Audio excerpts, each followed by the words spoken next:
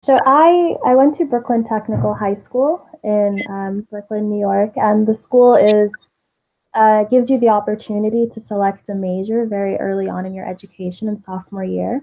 And so they had one that was dedicated to architectural education, and it was something that, I mean, I came into high school wanting to be a doctor, but it was never something that interested me. And so I found that architecture was a really good bridge between art, but also a more disciplined approach to art. And so that's why I chose that major. And it was through interacting with the professors there that encouraged me to apply to architecture school. And so it was something that I kind of knew very early on before I got to college. And so I made it kind of my goal and target to make sure that I did get into an architecture program. I applied to very few schools. I applied to Pratt Institute, I applied to Syracuse University, RPI, RISD, and that was pretty much it. And I committed to Pratt Institute, so that's where I started in the fall of 2016. And it was an amazing time. I was there for 2 years before I decided to transfer. And then now I'm at City College in Harlem, in New York City. For myself, it was the commitment to people. I felt there was a very sort of there was a like a humanistic touch to it, and that you can't really lose sight of the fact that the things that you build and the things that you design are going to impact people's lives, and that people will interact with them on a daily basis. And that was something I felt was very important to myself, because ever since I was young, I always found that the things that interested me the most were conversations that I had with people, and the way that anything that I do in my life, I wanted to have a positive impact and on people themselves. And I felt that architecture was a good way to do that, and that you can't really escape it. It's all around you. It's the home that you live in. It's the buildings that you walk past every day. It's where people go and get the important services in their life. And so I felt it was something that I had a personal interest in, but also could serve the sort of grander purpose that I want to do.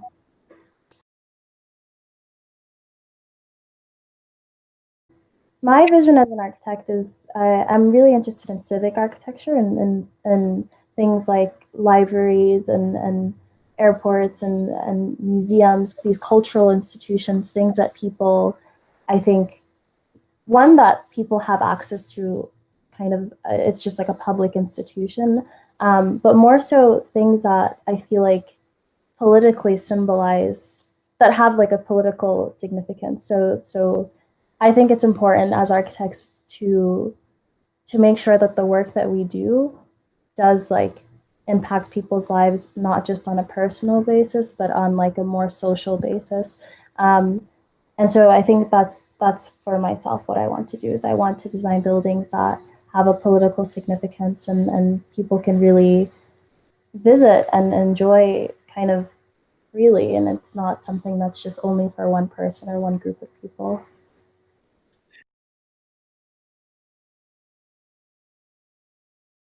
So my first 2 years at Pratt, I felt I didn't really feel that yet, and perhaps it was only because it was the very early beginnings of the program. But it's a private institute, and the professors that I was coming in contact with were professors that were, um, I felt I didn't see them really interested in what I wanted to do, right?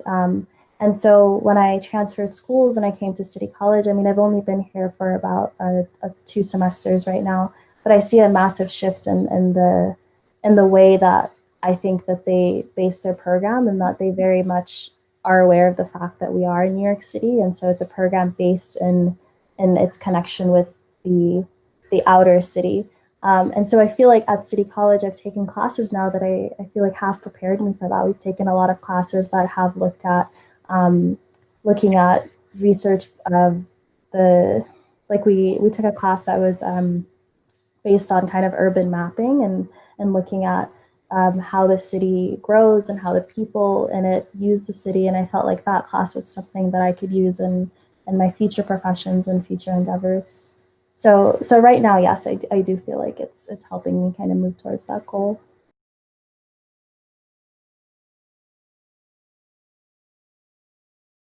The biggest difference for me has been one, and I feel like my professors at City College are a lot more invested and more engaged with the students.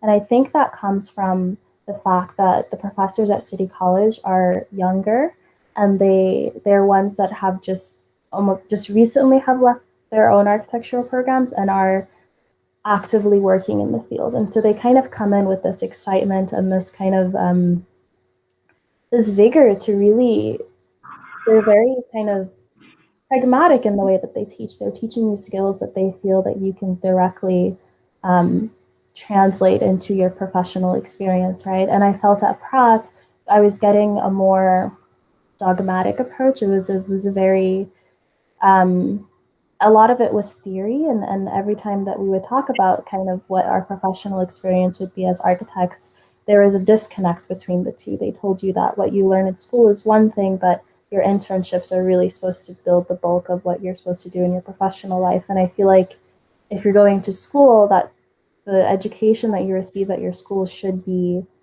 a kind of direct route to what you want to do in your professional life. And I felt that at Pratt, it was sort of, this is the education that we're teaching you, and you go out and you figure out how you're going to convert that kind of into your professional life. Whereas in City College, there's an awareness that we will be going out into the world at the end of our 5 years. And so you need to be equipped with the tools to be able to, handle working in the real world, and the reality of the fact that, you know, like there are specific, like even when it comes to technical skills, specific programs that you'll need to have, but not even just that, but just being aware of the fact that like you are working in a city, and there are different agencies and people that you need to come in contact with. And so I think there's a greater awareness of the fact that there is like a professional, um, there's just like an awareness that you will be working in the professional world after you graduate. And so I feel like you're more prepared to do that at City College versus at Pratt.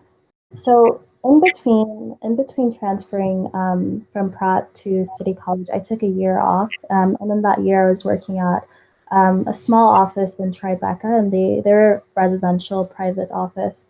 Um, but that year gave me a lot of perspective in what and just the differences between being in school and working in the real world. And I was lucky enough to be working in an office with other architects who had kind of just left their program. Some of them actually just left Pratt too, but they were very generous and kind of explaining to me the things that they wish they had taken from their education and the classes that they wish they had taken. And the big thing I think for me is just the fact that you don't design in a vacuum, that there are a lot of people that you need to communicate with. So the first is like your communication skills, whether it's in writing or just face-to-face communication. But the other thing also was clarity in your drawings, right? And then also the streamlining of your drawing process. Because I remember in school, when it came to kind of producing drawings, we would do them, but there was no, like, that you have to present it at your crit, but that's the only place it existed, right? So you drew it to be able to stand in front of it and present it, but in the real world that drawing kind of goes off and has to speak for itself. And so there's a lot more attention paid to just how clear those drawings are. So that was one thing, is learning to draw with clarity and learning to draw with intention. And so through that year, I realized there were things that I just wasn't, either I myself wasn't aware that I needed them, or I just wasn't getting at all. And so when I came to City College, I went in there with the intention of taking the things that I believed that I needed. So I chose professors. I did a lot more research on my professors. I chose professors that I felt were working in civic architecture themselves. I tried to choose classes that were more that would give me the technical skills that I felt that I needed. And I also just made a lot more effort to build my network. So I would speak to my professors after class. I would speak to my colleagues, my students, and I'm just trying to make more of an effort to, I don't know, practice the things that I found that you need more when you start working after you leave school.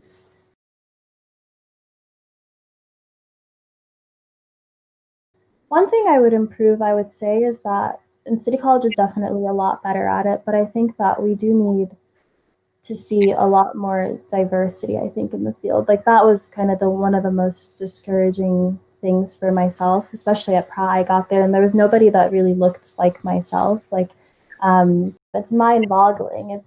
It really kind of, I think, puts into perspective just like just the world kind of around us. But even like within architecture, like you said, it's, I think that that is because you're just not. Okay, so I had this one experience in my history class where it was the first day, and he was going around the class and he was asking everyone, why did you study architecture? And for almost everyone in the room, it was because they knew somebody who was an architect or knew somebody that was in the creative field, like a parent or something, and then that's why they chose it. But when he got to me, he was like, "Oh, you must not know anybody who's an architect." So he said that to me.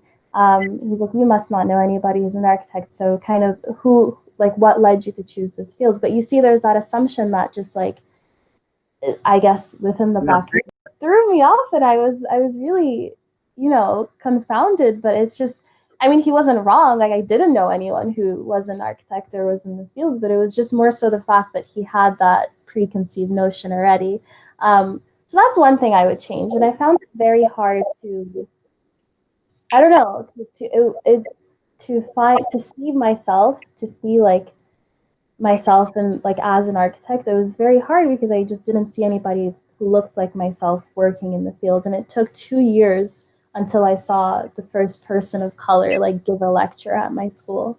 It was, I think it becomes a little bit discouraging when you can't really find somebody that like you feel like you could relate to in that field. And I don't, that would be just one thing I would change. And at City College, it's definitely better because it is a public school, and like they're, I feel like it's the places that they're looking for professors are like, more diverse places, and they're younger professors, people who just graduated. So it's a little bit better there. But I also think the other thing I would change is I think that there needs to be more of an effort to get students funding for their education. That was one thing that I struggled with, like paying for school. It was one of the big reasons I transferred. It's just I couldn't afford Pratt Institute. It was very expensive. And I would reach out to professors and I would reach out to the financial aid office for more aid, and they would always just give me forms to sign for loans. Like there was no kind of option of a grant or a scholarship or anything that I can apply to. And it's definitely better at City College. They make a lot more of an effort to come to you with opportunities for grants and scholarships to apply to. But I think the cost of the architectural education is a big thing. I think it's not just your tuition, but it's also paying for your materials. It's very expensive, the paper, the supplies. Like that's, I think, one of the biggest things. Like for myself, like I've always had to work through school. Like there was never a time that I haven't, and I still do now in order to be able to afford everything that I need to be able to pay for everything. Even the cost of printing your drawings, like it's $6 or $9 for 24 by 36, and you might have like 8 boards for a presentation on Monday. It really adds up, and every week.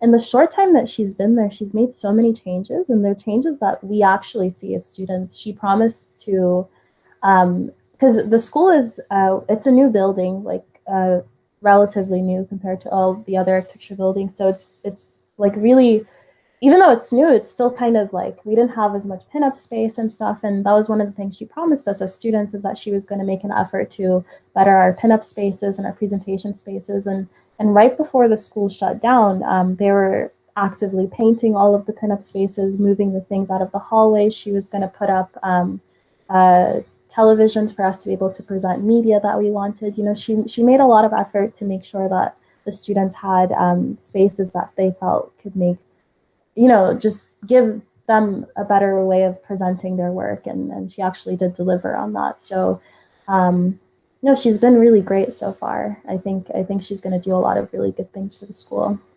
And also the fact that she's like a woman of color, as the dean of the school, it says a lot about, the values of the school, and then the kind of it's forward thinking. I think at City College, I think a lot of kind of the older, more established architecture schools are a bit kind of dug in their ways and are very kind of committed to maintaining this the way that they've always done things, and it's not always, I think, the most productive for.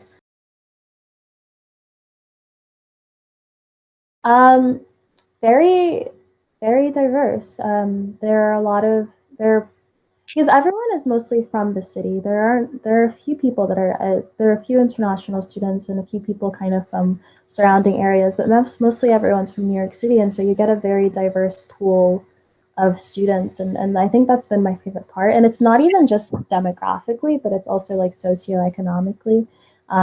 Everyone's kind of from different places. For the first time, I met students that also were working while like working part time while going to school. Like at Pratt, that was not a thing. It was me and one other friend who did that.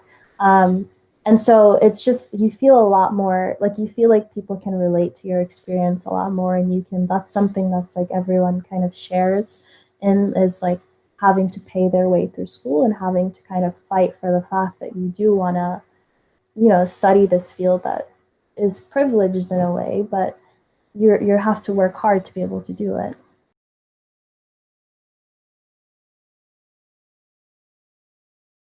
I completely I think that that would help a lot if internships were mandated during your education, because I think I learned I remember like when I first took that gap year and I was working, I was very sad that I had lost time in my education. I thought that, I mean, I'm going to graduate after all of my classmates at Pratt, and I just thought that was a massive disadvantage and disservice that I'd done to myself.